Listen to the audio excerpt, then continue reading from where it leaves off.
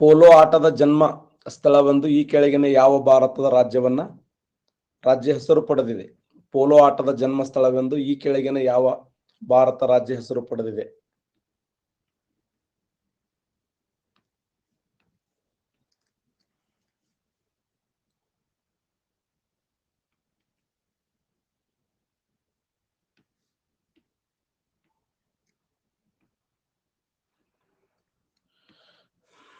ಸರಿಯಾಗಿರುವಂತ ಉತ್ತರ ಮಣಿಪುರ ರಾಜ್ಯ. Right answer ನೋಡಿ, ಮಣಿಪುರ ರಾಜ್ಯ ಸರಿಯಾಗಿರುವಂತ ಉತ್ತರ.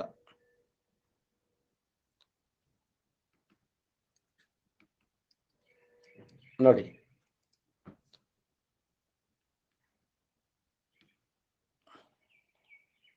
ಇಂಪಾಲ್ ಪೋಲೋ ಆಟದ ಜನ್ಮ ಸ್ಥಳವೆಂದು ಹೆಸರು ಪಡೆದಿರುವ ಮಣಿಪುರದ ಇಂಪಾಲ್ ಪೂರ್ವ ಜಿಲ್ಲೆಯ ಮಾರ್ಜಿನ್ ಪೋಲೋ ಕಾಂಪ್ಲೆಕ್ಸ್ ನಲ್ಲಿ ಪೋಲೋ ಆಟಗಾರನೊಬ್ಬ ಕುದುರೆ ಸವಾರಿ ಮಾಡುತ್ತಿರುವ 120 ಅಡಿ ಎತ್ತರದ ಪ್ರತಿಮೆಯನ್ನ ಕೇಂದ್ರ ಗೃಹ ಸಚಿವರಾಗಿರುವಂತ ಅಮಿತ್ ಶಾ ಅವರು ಶುಕ್ರವಾರ ಅನಾವರಣಗೊಳಿಸಿದರು. ಹಾಗಾದ್ರೆ ಪೋಲೋ ಆಟವನ್ನು ಆಡುವಂತ ಸಮಯದಲ್ಲಿ, ಪೋಲೋ ಆಟ ಅಂದ್ರೆ ಏನು? ಕುದುರೆ ಮೇಲೆ ಕುತ್ಕೊಂಡು ಏನ್ ಮಾಡೋದಂದ್ರೆ ಆ ಒಂದು ಚೆಂಡನ್ನು ಹೊಡೆಯುವಂತ ಒಂದು ಸಿಸ್ಟಮ್ ಅದು. ಎಸ್, ಕುತುಬುದ್ದೀನ್ ಐಬಕ್. ನೋಡಿ, ಪೋಲೋ ಆಟವನ್ನು ಆಡುವಂತ ಸಮಯದಲ್ಲಿ ಮರಣಪ್ಪಿದಂತ ಒಬ್ಬ ವ್ಯಕ್ತಿ ಯಾರಂದ್ರೆ ಕುತುಬುದ್ದೀನ್ ಐಬಕ್ ಅನ್ನುವಂತ ವ್ಯಕ್ತಿ ಮರಣಾಪ್ತಾನೆ.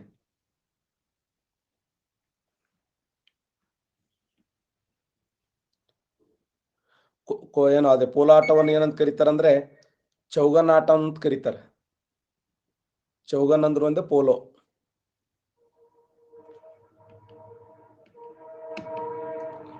ಕನ್ನಡ ಭಾಷೆಗೆ 2008ರಲ್ಲಿಯೇ ಶಾಸ್ತ್ರೀಯ ಸ್ಥಾನಮಾನವನ್ನು ಸಿಕ್ಕಿದೆ. 86ನೇ ಅಖಿಲ ಭಾರತ ಕನ್ನಡ ಸಾಹಿತ್ಯ ಸಮ್ಮೇಳನ ಡಾಕ್ಟರ್ ದೊಡ್ಡರಂಗೇಗೌಡರ ಅಧ್ಯಕ್ಷತೆಯ ಹಾವೇರಿಯಲ್ಲಿ ಜರುಗಿತು. 87ನೇ ಕನ್ನಡ ಸಾಹಿತ್ಯ ಸಮ್ಮೇಳನ ಮಂಡ್ಯ ಜಿಲ್ಲೆಯಲ್ಲಿ ಜರುಗಿದೆ. ಯಾವ ಹೇಳಿಕೆ ಸರಿಯಾಗಿದೆ? ಇನ್ನೊಂದ್ಸರಿ ನೋಡಿ, 2008ರಲ್ಲಿ ಕನ್ನಡ ಭಾಷೆಗೆ ಶಾಸ್ತ್ರೀಯ ಸ್ಥಾನಮಾನ ದೊರೆತಿದೆ. 86ನೇ ಅಖಿಲ ಭಾರತ ಕನ್ನಡ ಸಾಹಿತ್ಯ ಸಮ್ಮೇಳನ ಡಾಕ್ಟರ್ ದೊಡ್ಡರಂಗೇಗೌಡರ ಅಧ್ಯಕ್ಷತೆಯಲ್ಲಿ ಹಾವೇರಿಯಲ್ಲಿ ಜರುಗಿತ್ತು. 87ನೇ ಕನ್ನಡ ಸಾಹಿತ್ಯ ಸಮ್ಮೇಳನ ಮಂಡ್ಯ ಜಿಲ್ಲೆಯಲ್ಲಿ ಜರುಗಲಿದೆ.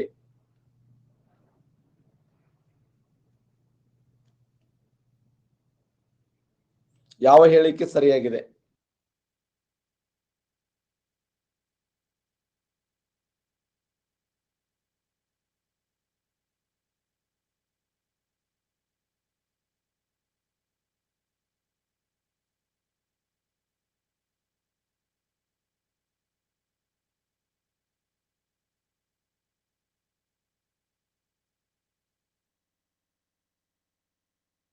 ಕನ್ನಡ ಮನಸ್ಸುಗಳಿಗೆ 1000 ಶರಣು.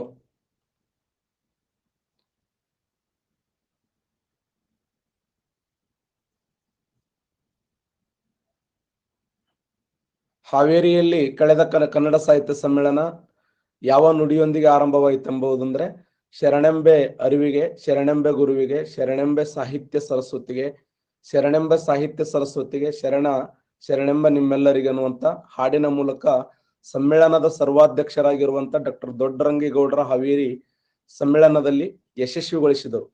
ಎಲ್ಲ ಕನ್ನಡ ಮನಸ್ಸುಗಳಿಗೆ ಶುಭ ಕೋರಿದರು. ಸಾಹಿತ್ಯ ಸಮ್ಮೇಳನದ ಸಮಾರೋಪ ಸಮಾರಂಭದಲ್ಲಿ ಮಾತನಾಡಿದ ಅವರು, ಹಾವೇರಿಯ ಜನರ ಪ್ರೀತಿ ನನ್ನನ್ನ ಮೂಕ ವಿಸ್ಮಿತಗೊಳಿಸಿತು. ಸಮ್ಮೇಳನದ ಅರ್ಥಪೂರ್ಣವಾಗಿ ನಡೆದಿದೆ.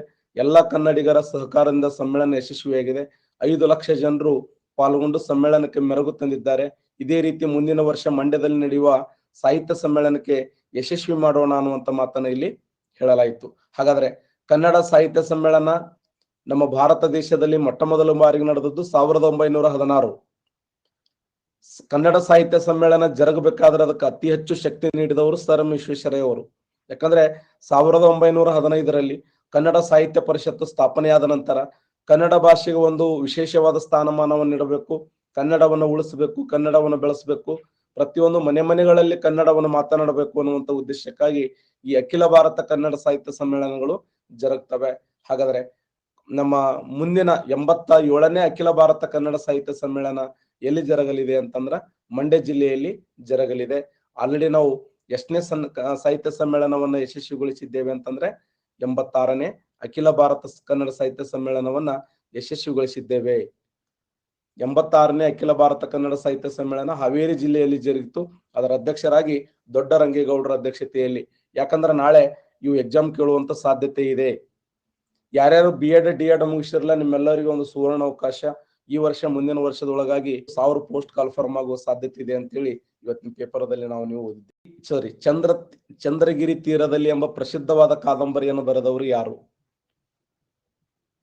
Important question. ಚಂದ್ರಗಿರಿ ತೀರದಲ್ಲಿ ಎಂಬ ಪ್ರಸಿದ್ಧ ಕಾದಂಬರಿಯನ್ನು ರಚನೆ ಮಾಡಿದವರು ಗೀತಾ ನಾಗಭೂಷಣ, ಸಾರಾ ಅಬೂಬಕರ, ವೀಣಾ ಶಾಂತೇಶ್ವರಿ, ಚಂಪಾ.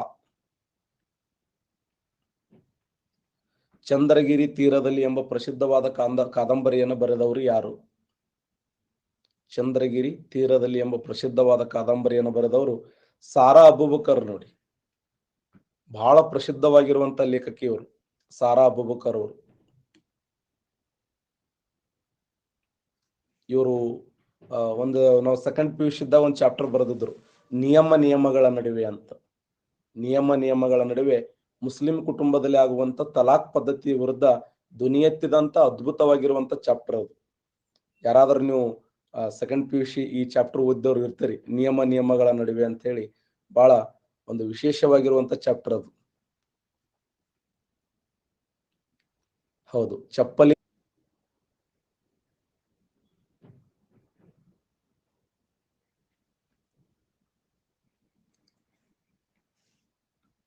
ನೋಡಿ,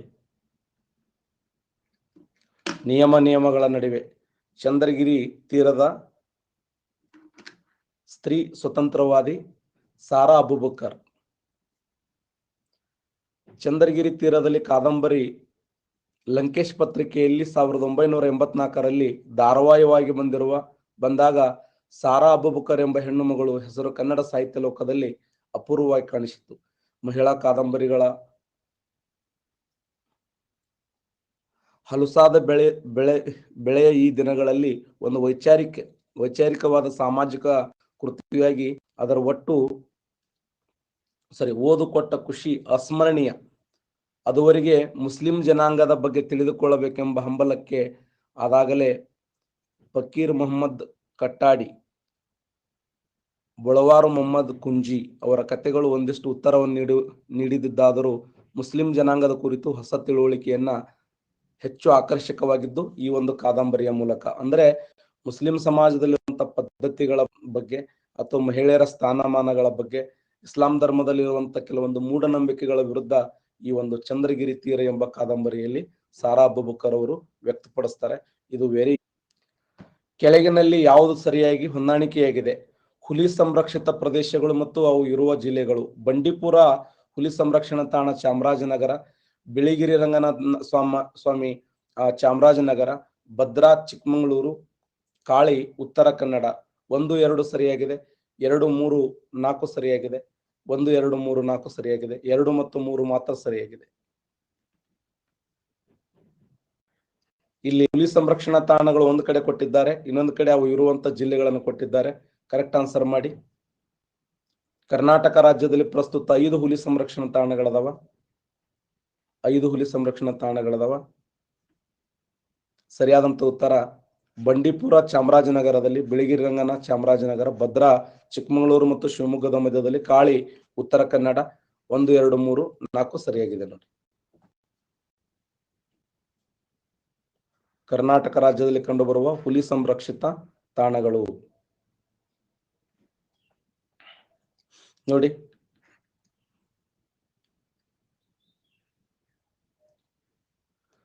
ರಾಜ್ಯದ 5 ಹುಲಿ ಯೋಜನೆಗಳು ಕಾಡಂಚಿನ ಗ್ರಾಮಗಳ ನಿವಾಸಿಗಳು ವನ್ಯಪ್ರಾಣಿಗಳ ಹಾವಳಿ, ಮೂಲ ಸೌಕರ್ಯಗಳ ಕೊರತೆ, ಸರ್ಕಾರಿ ಸವಲತ್ತುಗಳನ್ನು ಸೂಕ್ತವಾಗಿ ಸಿಗದೆ ಸಂಕಷ್ಟಮಯವಾದ ಬದುಕನ್ನು ಸಾಗಿಸುತ್ತಿದ್ದಾರೆ. ಕಾಡಂಚಿನ ಗ್ರಾಮಗಳ ಅಭಿವೃದ್ಧಿಯ ಹೊಣೆ ಹೊತ್ತಿರುವ ಹಲವು ಇಲಾಖೆಗಳು ಈ ಗ್ರಾಮಗಳ ಬಗ್ಗೆ ನಿರ್ಲಕ್ಷ್ಯ ವಹಿಸಿವೆ. ನಗರ, ಪಟ್ಟಣ, ಹೋಬಳಿ ಕೇಂದ್ರಗಳಿಗೆ ಹತ್ತಿರವಿರುವ ಗ್ರಾಮಗಳಿಗೆ ಹೋಲಿಸಿದರೆ ಅರಣ್ಯಕ್ಕೆ ಹೊಂದಿಕೊಂಡಿರುವಂತಹ ಹಳ್ಳಿಗಳಿಗೆ ಮೂಲ ಸೌಕರ್ಯ ಸೇರಿದಂತೆ ಸರ್ಕಾರಿ ಸವಲತ್ತುಗಳು ತಲುಪುವುದು ನಿಧಾನ. ಹೀಗಾಗಿ ಅವು ಪ್ರಗತಿ ನಡೆಯಲ್ಲಿ ಹಿಂದಿವೆ. ರಾಜ್ಯದಲ್ಲಿ ಬಂಡೀಪುರ, ನಾಗರಹೊಳೆ, ಬಿಳಿಗಿರಿ ರಂಗನ ಸ್ವಾಮಿ, ಇದಕ್ಕೆ BRT ಅಂತ ಕರೀತಾರೆ, ಬಿಳಿಗಿರಿ ರಂಗನ ಟೆಂಪಲ್ ಅಂತ ಕರೀತಾರೆ, ಕಾಳಿ, ಭದ್ರಾ ಸೇರಿ 5 ಹುಲಿ ಸಂರಕ್ಷಣಾ ಪ್ರದೇಶಗಳನ್ನ ಕರ್ನಾಟಕ ರಾಜ್ಯದಲ್ಲಿ ನಾವು ನೋಡ್ತೀವಿ. ಹಾಗಾದ್ರೆ ಭಾರತ ದೇಶದ ಅತಿ ದೊಡ್ಡ ಹುಲಿ ಸಂರಕ್ಷಣಾ ತಾಣ ಯಾವುದು ಇಡೀ ದೇಶದಲ್ಲಿ? Yes, Ashok, correct answer. Nagarjuna ನೋಡಿ, ಆಂಧ್ರ ಪ್ರದೇಶದಲ್ಲಿ ಕಂಡು ಬರುವಂತ ನಾಗಾರ್ಜುನ ಇದೆಯಲ್ಲ, ಇದು ಭಾರತ ದೇಶದ ಅತಿ ದೊಡ್ಡ ಹುಲಿ ಸಂರಕ್ಷಣಾ ತಾಣ. ಹಾಗಾದ್ರೆ ಭಾರತ ದೇಶದ ಮೊದಲ ಹುಲಿ ಸಂರಕ್ಷಣಾ ತಾಣ ಯಾವುದು? Yes, Veeresh, correct answer. Jim Corbett ನೋಡಿ, ಇಡೀ ಭಾರತ ದೇಶದ ಮೊಟ್ಟ ಮೊದಲ ಹುಲಿ ಸಂರಕ್ಷಣಾ ತಾಣ ಯಾವ್ದಂದ್ರ ಜಿಮ್ ಕಾರ್ಬೆಟ್. ಜಿಮ್ ಕಾರ್ಬೆಟ್ ಹುಲಿ ಸಂರಕ್ಷಣಾ ತಾಣ ಯಾವ ರಾಜ್ಯದಲ್ಲಿ ಇದೆ ಅಂತಂದ್ರ ಉತ್ತರಾಖಂಡದಲ್ಲಿ ಕಂಡು ಬರ್ತದೆ. ಉತ್ತರಾಖಂಡದಲ್ಲಿ. ಹುಲಿ ಯೋಜನೆ ಜಾರಿಗೆ ಬಂದ ವರ್ಷ ಯಾವ ವರ್ಷ ಹುಲಿ ಯೋಜನೆ ಜಾರಿಗೆ ಬಂದಿದೆ? 1973 ನೋಡಿ, 1973. ನೆಕ್ಸ್ಟ್, ಈ ಕೆಳಗಿನ ಯಾವ ಹೇಳಿಕೆ ಸರಿ ಇದೆ? ಭಾರತದಲ್ಲಿ 40 ಯುನೆಸ್ಕೋ ಪಾರಂಪರಿಕ ತಾಣಗಳಿವೆ. ಭಾರತವು 32 ಸಾಂಸ್ಕೃತಿಕ ತಾಣಗಳನ್ನು ಹೊಂದಿದೆ. ಸ್ಮಾರಕಗಳ ಸಂಖ್ಯೆಯಲ್ಲಿ ಜಗತ್ತಿನಲ್ಲಿಯೇ ಭಾರತ 6ನೇ ಸ್ಥಾನದಲ್ಲಿದೆ. ಎಲ್ಲವೂ ಸರಿಯಾಗಿದೆ.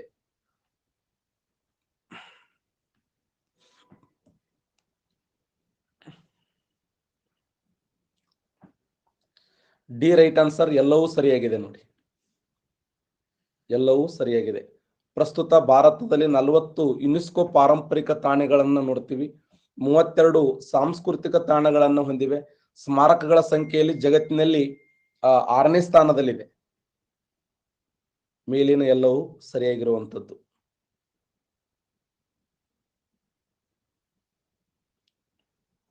ನೋಡಿ, ಭಾರತದಲ್ಲಿ 40 ಯುನೆಸ್ಕೋ ಪಾರಂಪರಿಕ ತಾಣಗಳಿವೆ. ಅವುಗಳ ಪೈಕಿ 32 ಸಾಂಸ್ಕೃತಿಕ ತಾಣಗಳಾಗಿದ್ದಾವೆ. ಸ್ಮಾರಕಗಳ ಸಂಖ್ಯೆಯಲ್ಲಿ ಭಾರತ ಜಗತ್ತಿನಲ್ಲಿ 6ನೇ ಸ್ಥಾನದಲ್ಲಿದೆ. ವಿವಿಧ ರಾಜವಂಶಗಳ ಧರ್ಮ ಪರಂಪರೆ ಪದ್ಧತಿ ಸಂಬಂಧಿಸಿದ ಸ್ಮಾರಕಗಳು ಭಾರತದಲ್ಲಿದ್ದಾವೆ. ಹಾಗಾದ್ರೆ ಕೊನೆಯ ತಾಣ ಯಾವುದಂತ ಕ್ವಶನ್ ಕೇಳಿದ್ದಾನೆ. ಕೊನೆಯ ತಾಣ ಯಾವುದಂದ್ರೆ ಗುಜರಾತ್ ರಾಜ್ಯದಲ್ಲಿ ಕಂಡು ಬರ್ತದೆ. ಕೊನೆಯ ತಾಣ ಯಾವುದಂದ್ರ ಗುಜರಾತ್ ರಾಜ್ಯದಲ್ಲಿ ಕಂಡು ಬರುವಂತ ತಾಣ.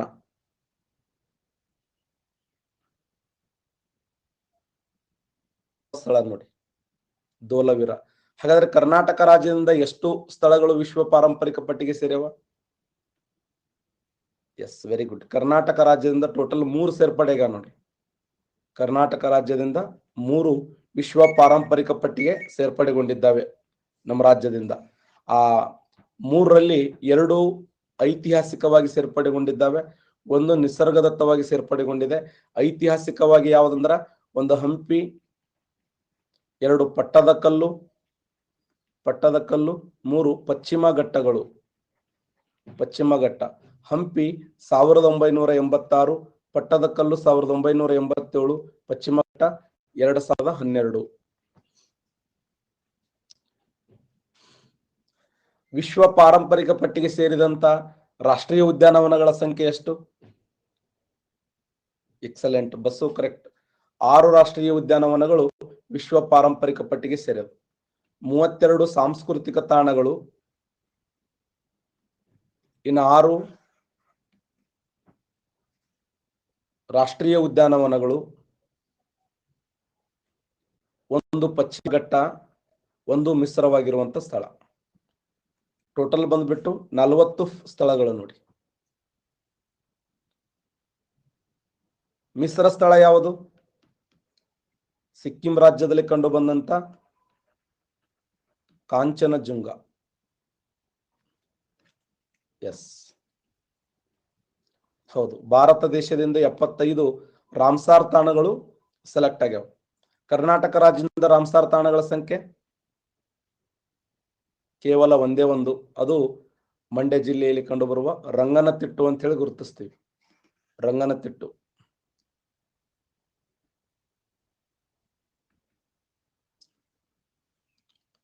ನೆಕ್ಸ್ಟ್, ಇತ್ತೀಚೆಗೆ ಭಾರತದ ಪ್ರಧಾನಮಂತ್ರಿಗಳು ಜಗತ್ತಿನ ಅತ್ಯಂತ ಉದ್ದವಾದ ನದಿ ವಿಹಾರದ ಡೋಣಿ MV ಗಂಗಾ ವಿಲಾಸಿಗೆ ಚಾಲನೆ ನೀಡಿದ್ದು ಈ ಕೆಳಗಿನ ಯಾವ ರಾಜ್ಯಗಳನ್ನು ಸಂಪರ್ಕಿಸುತ್ತದೆ? ಅದು ಉತ್ತರ ಪ್ರದೇಶ, ಅಸ್ಸಾಂ, ಮಧ್ಯಪ್ರದೇಶ, ಪಶ್ಚಿಮ ಬಂಗಾಳ, ಅಸ್ಸಾಂ, ಮಣಿಪುರ್, ಬಿಹಾರ್, ಸಿಕ್ಕಿಂ.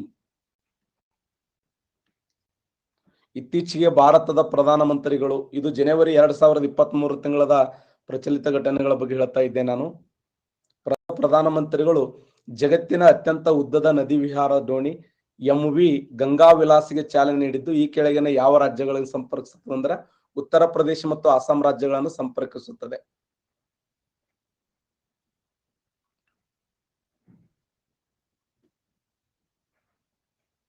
ಅತಿ ಉದ್ದದ ನದಿ ವಿಹಾರಕ್ಕೆ 13ರಂದು ಚಾಲನೆ. ಜಗತ್ತಿನ ಅತ್ಯಂತ ಉದ್ದವಾದ ನದಿ ವಿಹಾರ ಡೋಣಿ MV ಗಂಗಾ ವಿಲಾಸ್ ಪ್ರಧಾನಿ ನರೇಂದ್ರ ಮೋದಿ ಅವರು ಇದೇ 13ರಂದು ಅಂದ್ರೆ ಜನವರಿ 13ರಂದು ಚಾಲನೆ ನೀಡಲಿದ್ದಾರೆ. ಭಾರತದ ನದಿ ಪ್ರವಾಸೋದ್ಯಮದ ಸಾಧ್ಯತೆಗಳು ಇದು. ಉತ್ತರ ಪ್ರದೇಶದ ವಾರಣಾಸಿಯಿಂದ ಆರಂಭಗೊಳ್ಳುವ ಯಾತ್ರೆಗೆ 51 ದಿನಗಳ ಬಳಿಕ ಪೂರ್ವ ಅಸ್ಸಾಮಿನ ದಿಬ್ರೂಗಢ್ಗೆ ತಲುಪಲಿದೆ ಅಂತ. 51 ದಿನಗಳ ಕಾಲ ಇದು ವಿಹಾರ. ಇದು ಒಂದು PC ಎಕ್ಸಾಮ್ ಕ್ಲಿಯರ್ ಮಾಡಬಹುದು ಒಳಗೆ ಕುತ್ಕೊಂಡು. ಉತ್ತರ ಪ್ರದೇಶದ ವಾರಣಾಸಿಯಿಂದ ಆರಂಭಗೊಳ್ಳುವ ಯಾತ್ರೆಗೆ 51 ದಿನಗಳ ಬಳಿಕ ಪೂರ್ವ ಅಸ್ಸಾಮಿನ ದಿಬ್ರೂಗಢ್ ತಲುಪಲಿದೆ. ಹಾದಿ ಉದ್ದಕ್ಕೂ 50 ಪ್ರವಾಸಿ ತಾಣಗಳಿಗೆ ಭೇಟಿ ನೀಡಲು ಅವಕಾಶ ಇದೆ. ಇದು ಬಹಳ ಇಂಪಾರ್ಟೆಂಟ್. ಮಧ್ಯದಲ್ಲಿ 50 ಸ್ಥಳಗಳಿಗೆ ನಿಲ್ಲಿಸೋದು, ಆ ಪ್ರದೇಶಗಳಿಗೆ ಭೇಟಿ ಕೊಡೋದು. 50 ಪ್ರವಾಸಿ ತಾಣಗಳಿಗೆ ಭೇಟಿ ನೀಡಲು ಅವಕಾಶ ಇದೆ. ಪಾರಂಪರಿಕ ತಾಣಗಳು, ರಾಷ್ಟ್ರೀಯ ಉದ್ಯಾನವನಗಳು, ಘಾಟ್ಗಳು ಇವುಗಳಲ್ಲಿ ಸೇರಿವೆ.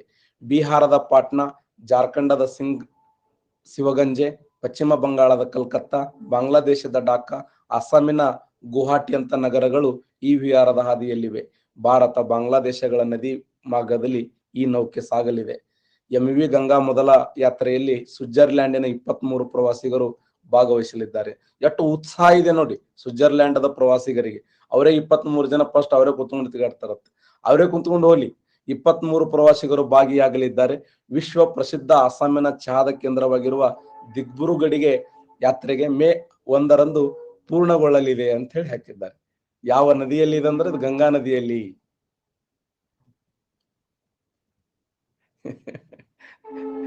ನಿಮ್ಯಾರು ಕರ್ಕೊಂಡು ಹೋಗ್ತಾರಲಿ? 2023ರಲ್ಲಿ 17ನೇ ಪ್ರವಾಸಿ ಭಾರತೀಯ ದಿವಸವನ್ನು ಯಾವ ನಗರದಲ್ಲಿ ಉದ್ಘಾಟಿಸಲಾಯಿತು? 2023ನೇ 17ನೇ ಪ್ರವಾಸಿ ಭಾರತೀಯ ದಿವಸವನ್ನ ಯಾವ ನಗರದಲ್ಲಿ ಉದ್ಘಾಟಿಸಲಾಯಿತು? ವಾರಣಾಸಿಯಲ್ಲಿ, ಜೈಪುರದಲ್ಲಿ, ಮಹಾರಾಷ್ಟ್ರದ ಪುಣೆಯಲ್ಲಿ, ಇಂದೋರದಲ್ಲಿ. ನೋಡಮ್ಮ, ಆನ್ಸರ್ ಮಾಡಿ. ಒಂಚೂರು ಕರೆಕ್ಟ್ ಆನ್ಸರ್ ಮಾಡಿ ನೋಡೋಣ. ಇಂದೋರದಲ್ಲಿ ರೈಟ್ ಆನ್ಸರ್. ಇಂದೋರ ಸರಿಯಾಗಿರುವಂತ ಉತ್ತರ.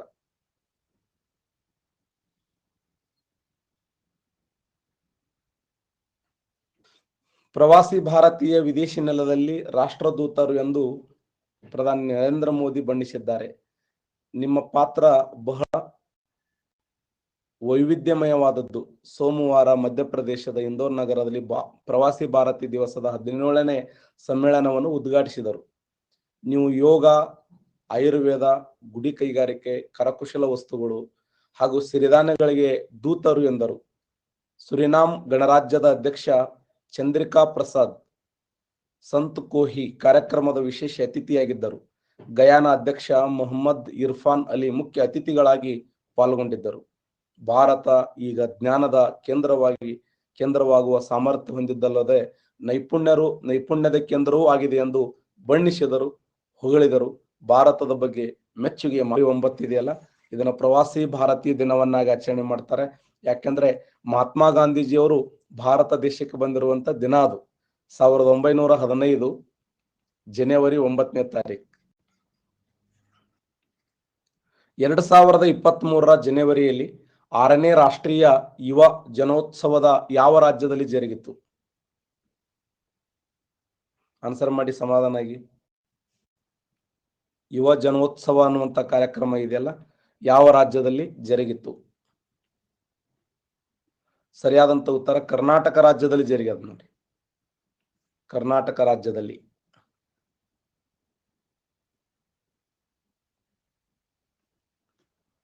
ಎಲ್ಲಿ ಅಂತಂದ್ರೆ ಅವಳಿ ನಗರ ನೋಡಿ, ಹುಬ್ಬಳ್ಳಿ ಧಾರವಾಡ. ಅವಳಿ ನಗರದಲ್ಲಿ ಯುವ ಜೋಶ್ ರಾಷ್ಟ್ರೀಯ ಯುವ ದಿನದಂದು ಚಾಲನೆ ಸಿಗಲಿರುವ 6ನೇ ರಾಷ್ಟ್ರೀಯ ಯುವ ಜನೋತ್ಸವ ಹುಬ್ಬಳ್ಳಿ ಧಾರವಾಡ ಅವಳಿ ನಗರಗಳಲ್ಲಿ ಕಾರ್ಯಕ್ರಮ ಯಶಸ್ವಿಯಾಗಿದೆ ಅಂತ. ಯುವ ಭಾರತ ಕಟ್ಟುವ ಸಂಕಲ್ಪ ಕಾರ್ಯಕ್ರಮಕ್ಕೆ 28 ರಾಜ್ಯಗಳು, 8 ಕೇಂದ್ರಾಡಳಿತ ಪ್ರದೇಶಗಳು, ದೆಹಲಿ ದೇಶದ ರಾಜಧಾನಿ. ಇವೆಲ್ಲ ಯುವ ಪ್ರತಿಭೆಗಳು ಈ ಒಂದು ಕಾರ್ಯಕ್ರಮ ಪಾಲ್ಗೊಂಡು ಯುವ ಚಿಂತನೆಗಳನ್ನ ಮಾಡುವಂತ ಒಂದು ಕಾರ್ಯಕ್ರಮ ಹುಬ್ಬಳ್ಳಿ ಧಾರವಾಡದಲ್ಲಿ ಜರುಗಿದಂತ ಕಾರ್ಯಕ್ರಮ ಅಂತ ಹೇಳಿ ಇದನ್ನ ಗುರುತಿಸ್ತೀವಿ. ಶಶಿಗೆ ಗೋಲ್ಡನ್ ಗ್ಲೋಬ್ ಪ್ರಶಸ್ತಿ ಪಡೆದ ಮೊದಲ ಭಾರತೀಯ ಸಿನಿಮಾ ಎಂಬ ಹೆಗ್ಗಳಿಕೆಗೆ ಯಾವುದು ಪಾತ್ರವಾಗಿದೆ ಅಂತಂದ್ರ RRR ಅನ್ನುವಂತ ಚಿತ್ರ ಈ ಒಂದು ಗೋಲ್ಡನ್ ಗ್ಲೋಬ್ ಪ್ರಶಸ್ತಿಗೆ ಆಯ್ಕೆಯಾಗಿರುವುದು ವಿಶೇಷ ನೋಡಿ. ಗೋಲ್ಡನ್ ಗ್ಲೋಬ್ ಪ್ರಶಸ್ತಿಗೆ ಆಯ್ಕೆಯಾಗಿದೆ.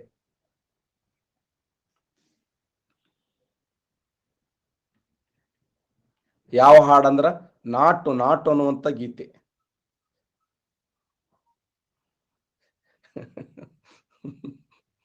ನಿರ್ದೇಶನದ RR ಚಿತ್ರ ಪ್ರತಿಷ್ಠಿತ ಗೋಲ್ಡನ್ ಗ್ಲೋಬ್ ಪ್ರಶಸ್ತಿ ಪಡೆದಿದೆ. ನಾಟ್ ಸಂಗೀತಕ್ಕೆ 80ನೇ ಸಾಲಿನ ಬೆಸ್ಟ್ ಒರಿಜಿನಲ್ ಸ್ಕೋರ್ ಪ್ರಶಸ್ತಿ ದೊರೆತಿದೆ. ಆ ಮೂಲಕ ಗೋಲ್ಡನ್ ಗ್ಲೋಬ್ ಪಡೆದ ಮೊದಲ ಭಾರತೀಯ ಸಿನಿಮಾ ಎಂಬ ಹೆಗ್ಗಳಿಕೆಗೆ ಪಾತ್ರವಾಗಿರುವಂತದ್ದು.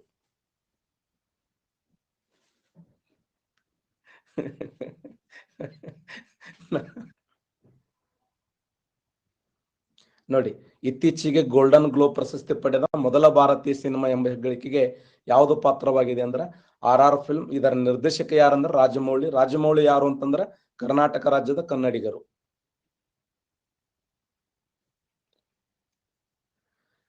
ಈ ಕೆಳಗಿನ ಯಾವ ಹೇಳಿಕೆ ತಪ್ಪಾಗಿದೆ? 1984 ಜನವರಿ 12ರಂದು ರಾಷ್ಟ್ರೀಯ ಯುವ ದಿನವನ್ನಾಗಿ ಆಚರಿಸಲು ನಿರ್ಧಾರ ಮಾಡಿತ್ತು. ವಿಕಸಿತ ಭಾರತ ಈ ವರ್ಷದ ಘೋಷವಾಕ್ಯ. ಈ ವರ್ಷದ ಯುವ ಜನೋತ್ಸವವನ್ನ ಮೈಸೂರಿನಲ್ಲಿ ನಡೆಸಲಾಯಿತು.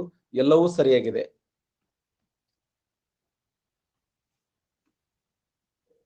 ಉತ್ತರ ಸಿ ತಪ್ಪಾಗಿದೆ. ಈಗ ಜಸ್ಟ್ ಹೇಳಿನಲ್ಲ, ಈ ವರ್ಷದ ಯುವ ಜನೋತ್ಸವ ಕಾರ್ಯಕ್ರಮ ಎಲ್ಲಿ ಜರುಗಿತು ಅಂದ್ರ ಎಕ್ಸಲೆಂಟ್, ಹುಬ್ಬಳ್ಳಿ ಧಾರವಾಡ ಅಂತ ಡಿಸ್ಕಸ್ ಮಾಡಿದೇವಲ್ಲ, ಹುಬ್ಬಳ್ಳಿ ಧಾರವಾಡ ರೈಟ್ ಆನ್ಸರ್. ಈ ವರ್ಷದ ಯುವ ಜನೋತ್ಸವ ಎಲ್ಲಿ ನಡೀತು ಅಂದ್ರ ಹುಬ್ಬಳ್ಳಿ ಧಾರವಾಡದಲ್ಲಿ ಅವಳಿ ನಗರದಲ್ಲಿ ಜರುಗಿತು.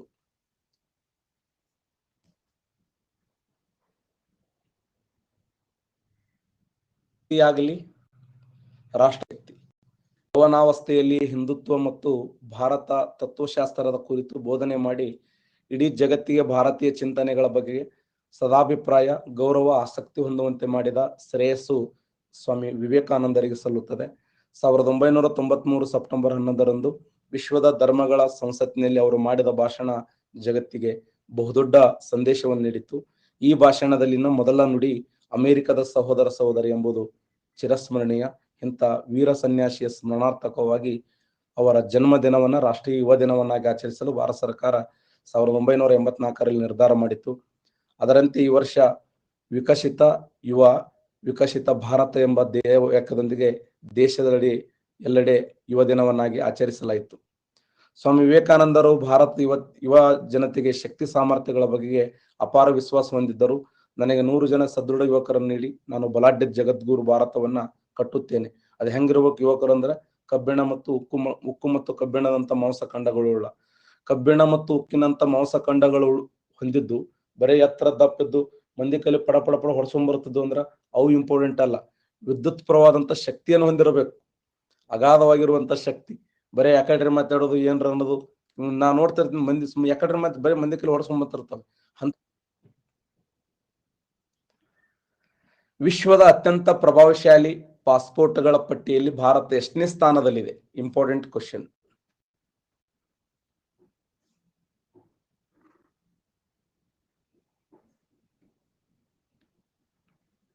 ವಿಶ್ವದ ಅತ್ಯಂತ ಪ್ರಭಾವಶಾಲಿ ಪಾಸ್ಪೋರ್ಟ್ಗಳ ಪಟ್ಟಿಯಲ್ಲಿ ಭಾರತ ಎಷ್ಟನೇ ಸ್ಥಾನದಲ್ಲಿದೆ ಅಂತಂದ್ರೆ 85ನೇ ಸ್ಥಾನದಲ್ಲಿದೆ ನೋಡಿ. 85ನೇ ಸ್ಥಾನದಲ್ಲಿ ನಾವು ನೋಡ್ತೀವಿ.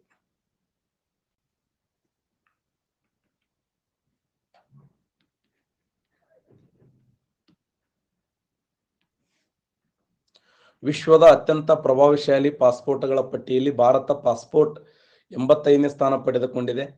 ಹೆನ್ಲಿ ಪಾಸ್ಪೋರ್ಟ್ ಸೂಚ್ಯಂಕ ಮಂಗಳವಾರ ಬಿಡುಗಡೆಯಾಗಿದ್ದು ಯಾವ್ಯಾವ ದೇಶಗಳು ಯಾವ ಶ್ರೇಯಾಂಕ ಕೊಂಡಿವೆ ಎಂಬ ಕಿರು ಮಾಹಿತಿ.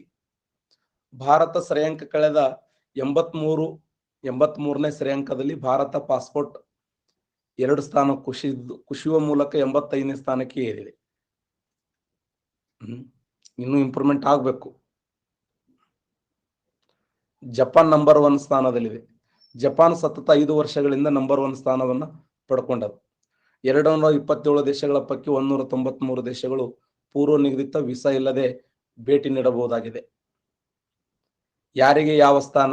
ದಕ್ಷಿಣ ಕೊರಿಯಾ, ಸಿಂಗಾಪುರ್ ದ್ವಿತೀಯ ಸ್ಥಾನವನ್ನು ಅಲಂಕರಿಸಿದ್ದು, ವೀಸಾ ಇಲ್ಲದೆ 192 ದೇಶಗಳಿಗೆ ಜರ್ಮನಿ ಮತ್ತು ಸ್ಪೇನ್ ಜಂಟಿಯಾಗಿ ತೃತೀಯ ಸ್ಥಾನ ಹೊಂದಿಕೊಂಡಿವೆ. ಭಾರತ 85ನೇ ಸ್ಥಾನದಲ್ಲಿ ಇದೆ ನೋಡಿ. ಹುಡುಕಾಡಬೇಕು ನಾವು ಬ್ಯಾಟ್ರಿ ಹಚ್ಚಿ ಎಲ್ಲ ನಮ್ಮ ಭಾರತ ಅಂತೇಳಿ. 2023ರಲ್ಲಿ ಭಾರತ ಯಾವ ರಾಜ್ಯದಲ್ಲಿ ಪುರುಷರ ಹಾಕಿ ವಿಶ್ವಕಪ್ ನಡೆಸಲಾಯಿತು? ಉತ್ತರ ಪ್ರದೇಶ್, ಗುಜರಾತ್, ಒಡಿಶಾ, ಮಧ್ಯಪ್ರದೇಶ್. ಯಾವ ರಾಜ್ಯದಲ್ಲಿ?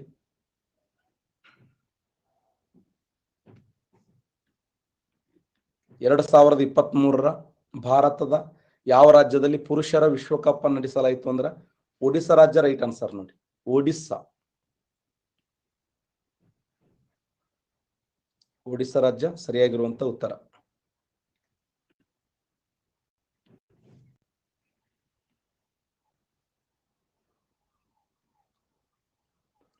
ವರ್ಣರಂಜಿತ ಸಮಾರಂಭದೊಂದಿಗೆ 15ನೇ ಆವೃತ್ತಿಯ FIH ಪುರುಷರ ಹಾಕಿ ವಿಶ್ವಕಪ್ ಟೂರ್ನಿ ಬಾರಾಬತಿ ಕ್ರೀಡಾಂಗಣದಲ್ಲಿ ಬುಧವಾರ ಅದ್ದೂರಿ ಚಾಲನೆ ನೀಡಲಾಯಿತು. ಬಾಲಿವುಡ್ ಸಂಗೀತ ನಿರ್ದೇಶಕ ಪ್ರೀತಮ್ ಸಂಯೋಜಿಸಿದ ವಿಶ್ವಕಪ್ ದೇಯಗೀತೆ ಮೂಲಕ ಕಾರ್ಯಕ್ರಮಕ್ಕೆ ಚಾಲನೆ ನೀಡಲಾಯಿತು. ಯಾವ ನಗರ ಅಂತಂದ್ರೆ ಕಟಕ್ ಮತ್ತು ಭುವನೇಶ್ವರ ನಗರಗಳಲ್ಲಿ ನಡೆದು ನೋಡಿ. 15ನೇ ಆವೃತ್ತಿಯ ಒಂದು ಹಾಕಿ ಪುರುಷರ ಹಾಕಿ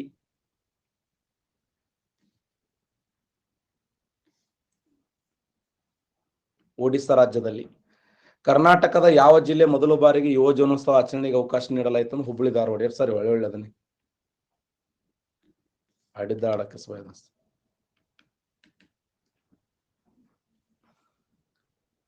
ಗಾಲ್ಕಿನೀರ್ ಅನಿಲ ಕ್ಷೇತ್ರ ಯಾವ ದೇಶದಲ್ಲಿ ಕಂಡುಬರುತ್ತದೆ? ಗಾಲ್ಕಿನೀರ್ ಅನಿಲ ಕ್ಷೇತ್ರ ಯಾವ ದೇಶದಲ್ಲಿ ಕಂಡುಬರುತ್ತದೆ? ಅಫ್ಘಾನಿಸ್ತಾನ್, ತುರ್ಕಮೆನಿಸ್ತಾನ್, ಪಾಕಿಸ್ತಾನ್, ಇರಾನ್. ಆನ್ಸರ್ ನೋಡಿ.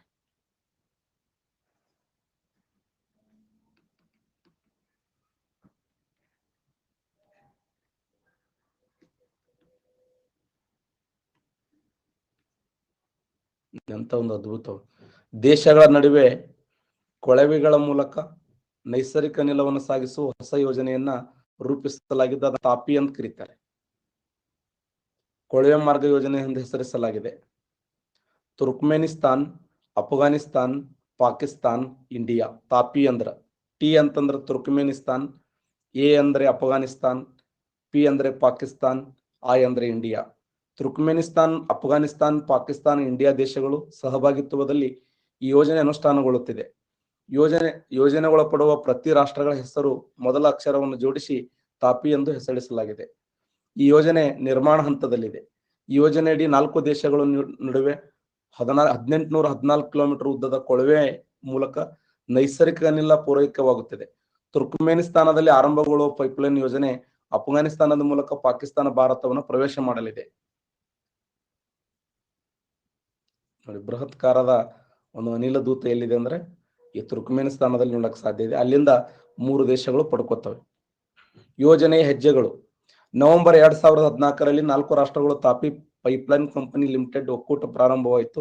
ಡಿಸೆಂಬರ್ 2015ರಲ್ಲಿ ತುರ್ಕ್ಮೆನಿಸ್ತಾನದ ಗಾಲ್ಕಿನಿಶ್ ಗ್ಯಾಸ್ ಫೀಲ್ಡ್ ಬಳಿ ಮೇರಿಯಲ್ಲಿ ಶಿಲಾನ್ಯಾಸ ಮಾಡಲಾಯಿತು.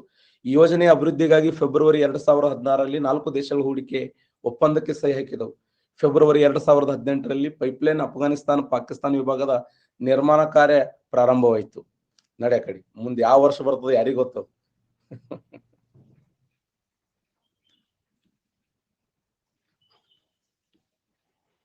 RCB,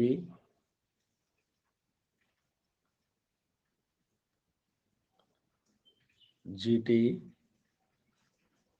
CSK, KKR. 2023ನೇ ಸಾಲಿನ IPLದಲ್ಲಿ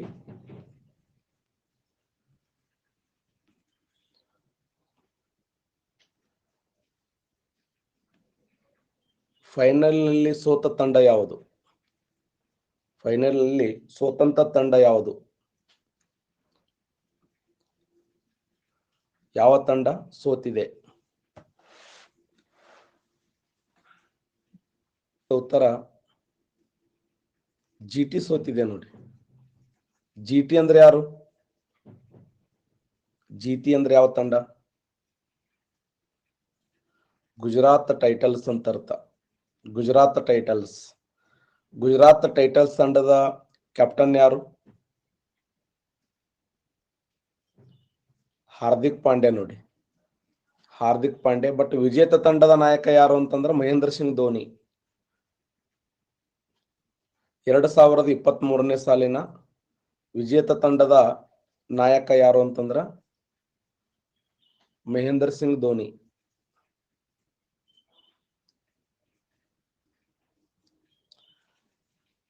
ಇದರಲ್ಲಿ ಅತಿ ಹೆಚ್ಚು IPL ಗೆದ್ದಂತ ತಂಡ ಯಾವುದು? ಎಸ್, CSK ನೋಡಿ. CSK ಸುಮಾರು 5 ಬಾರಿ ಗೆದ್ದಿದೆ. 5 ಬಾರಿ ಇಲ್ಲಿಯವರೆಗೆ CSK. GT 1 ಬಾರಿ ಗೆದ್ದಿದೆ. GT 1 ಬಾರಿ, ಫಸ್ಟ್ ಬಾರಿನೇ ಇದು ಪಾಲ್ಗೊಂಡ ವರ್ಷನೇ ಗೆದ್ದಿದೆ. KKR ಎಷ್ಟು ಬಾರಿ? KKR 2 ಬಾರಿ ಗೆದ್ದಿದೆ. ಆದರೆ RCB ಇಲ್ಲಿವರೆಗೆ ಯಾವುದೇ ಫೈನಲ್ ಅನ್ನ ಗೆದ್ದಿಲ್ಲ, ಕಪ್ಪನ್ನು ಗೆದ್ದಿಲ್ಲ. ಆದರೆ ವಿಶ್ವದಲ್ಲಿ ಅತಿ ಹೆಚ್ಚು ಅಭಿಮಾನಿಗಳನ್ನು ಹೊಂದಿರುವಂತ ತಂಡ ಅಂದ್ರೆ RCB. ಇಲ್ಲಿವರೆಗೆ ವಿಶ್ವದಲ್ಲಿ ಅತಿ ಹೆಚ್ಚು ಅಭಿಮಾನಿಗಳನ್ನ, ಇಲ್ಲಿಯವರೆಗೆ ಅತಿ ಹೆಚ್ಚು ಅಭಿಮಾನಿಗಳ ತಂಡ ಯಾವುದು ಅಂತಂದ್ರೆ RCB. 48, 43. ಇಲ್ಲಿಯವರೆಗೆ ಭಾರತ ದೇಶದಲ್ಲಿ ಭಾರತ ರತ್ನ ಪ್ರಶಸ್ತಿ ಪಡೆದವರ ಸಂಖ್ಯೆ, ಇಲ್ಲಿಯವರೆಗೆ ಭಾರತ ದೇಶದಲ್ಲಿ ಭಾರತ ರತ್ನ ಪಡೆದವರ ಸಂಖ್ಯೆ, ಭಾರತ ರತ್ನ ಪ್ರಶಸ್ತಿ ಪಡೆದವರ ಸಂಖ್ಯೆ ಎಷ್ಟು ಜನ ಭಾರತ ರತ್ನ ಪ್ರಶಸ್ತಿಯನ್ನು ಕೊನೆಯದಾಗಿ ಭಾರತ ರತ್ನ ಪ್ರಶಸ್ತಿ ಪಡೆದವರು 3 ಜನ. ಅದು ಯಾರು ಅಂತಂದ್ರೆ ಪಶ್ಚಿಮ ಬಂಗಾಳದಿಂದ ಪ್ರಣವ್ ಮುಖರ್ಜಿ ಅವರು, ಪಶ್ಚಿಮ ಬಂಗಾಳದಿಂದ ಪ್ರಣವ್ ಮುಖರ್ಜಿ ಅವರು, ಅಸ್ಸಾಂ ರಾಜ್ಯದಿಂದ ಪ್ರಸಿದ್ಧ ಸಂಗೀತಗಾರ ಭೂಪೇನ್ ಹಜಾರಿಕೆ ಅವರು, ಮಹಾರಾಷ್ಟ್ರದಿಂದ ನಾನಾಜಿ ದೇಶಮುಖ್ ಅವರು. ಟೋಟಲ್ 48 ಭಾರತ ರತ್ನ, ಇಲ್ಲಿವರೆಗೆ 48 ಜನ ಭಾರತ ರತ್ನ ಪ್ರಶಸ್ತಿಯನ್ನು ಪಡ್ಕೊಂಡಿದ್ದಾರೆ. ಭಾರತ ರತ್ನ ಪ್ರಶಸ್ತಿ ಅನ್ನೋದು ಭಾರತ ದೇಶದ ಅತ್ಯುನ್ನತವಾಗಿರುವಂತ ನಾಗರಿಕ ಪ್ರಶಸ್ತಿ ಅಂತೇಳಿ ಗುರುತಿಸ್ತೀವಿ. ನಮ್ಮ ದೇಶದ ಅತ್ಯುನ್ನತವಾದ ನಾಗರಿಕ ಪ್ರಶಸ್ತಿ ಯಾವುದಂದ್ರೆ ಭಾರತ ರತ್ನ. ಕರೆಕ್ಟಾ? ಈ ಭಾರತ ರತ್ನ ಪ್ರಶಸ್ತಿ ಆರಂಭವಾದ ವರ್ಷ ಯಾವುದು? ಯಾವ ವರ್ಷದ ಆರಂಭವಾಗಿದೆ? ಪ್ರಶಸ್ತಿ ಮಧ್ಯದಲ್ಲಿ ಸ್ಥಗಿತಗೊಂಡಿತ್ತು. ಯಾವ ವರ್ಷ ಸ್ಥಗಿತಗೊಂಡಿತ್ತು?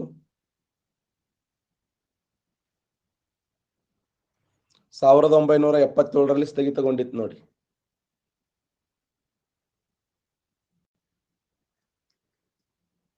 ಮತ್ತೆ ಇಂದಿರಾ ಗಾಂಧಿ ಅವರ ಸರ್ಕಾರ ಏನ್ ಮಾಡಿತ್ತಂದ್ರೆ ಪುನರಾರಂಭ ಮಾಡಿತ್ತು. ನೆಕ್ಸ್ಟ್,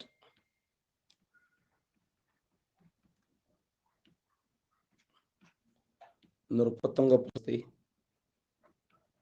ಬಸವ ಕೃಷಿ ಪ್ರಶಸ್ತಿ,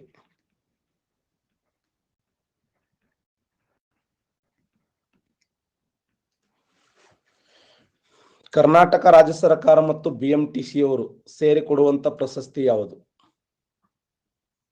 ಕರ್ನಾಟಕ ರಾಜ್ಯ ಸರ್ಕಾರ ಮತ್ತು BMTC ಅವರು ಸೇರಿ ನೀಡುವಂತ ಪ್ರಶಸ್ತಿ ಯಾವುದು?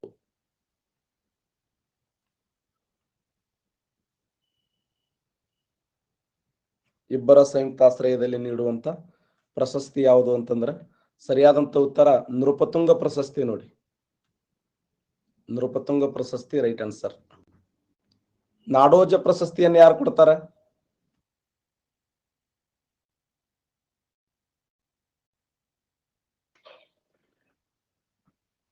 ಎಸ್, ನಾಡೋಜ ಪ್ರಶಸ್ತಿಯನ್ನು ನೀಡೋರು ಯಾರು ಅಂತಂದ್ರೆ ಹಂಪಿ ಯೂನಿವರ್ಸಿಟಿ ನೋಡಿ. ಹಂಪಿ ಯೂನಿವರ್ಸಿಟಿ. ಬಸವ ಕೃಷಿ ಪ್ರಶಸ್ತಿಯನ್ನು ನೀಡುವವರು ಬಸವ ಕೃಷಿ ಪ್ರಶಸ್ತಿಯನ್ನು ನೀಡುವವರು ಎಸ್ ಕೂಡಲ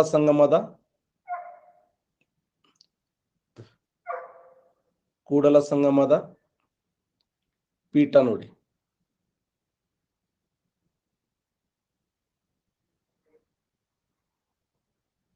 ಕರ್ನಾಟಕ ರಾಜ್ಯ ಸರ್ಕಾರ ನೋಡಿ, ಕರ್ನಾಟಕ ರಾಜ್ಯ ಸರ್ಕಾರ ಬಸವ ಪ್ರಶಸ್ತಿಯನ್ನ, ಇನ್ನು ಬಸವಶ್ರೀ ಪ್ರಶಸ್ತಿಯನ್ನ ಚಿತ್ರದುರ್ಗದ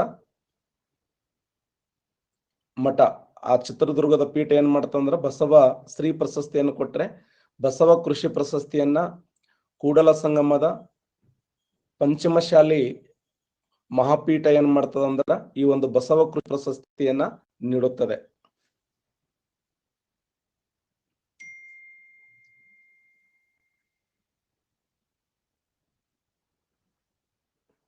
ನೆಕ್ಸ್ಟ್ ಪಂಜಾಬ್.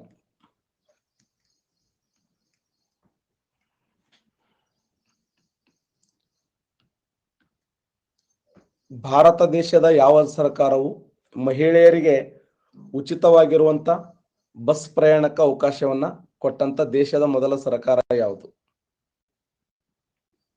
ಸಂಪೂರ್ಣವಾಗಿ ಮಹಿಳೆಯರಿಗೆ ಉಚಿತವಾಗಿರುವಂತ ಬಸ್ ಪಾಸ್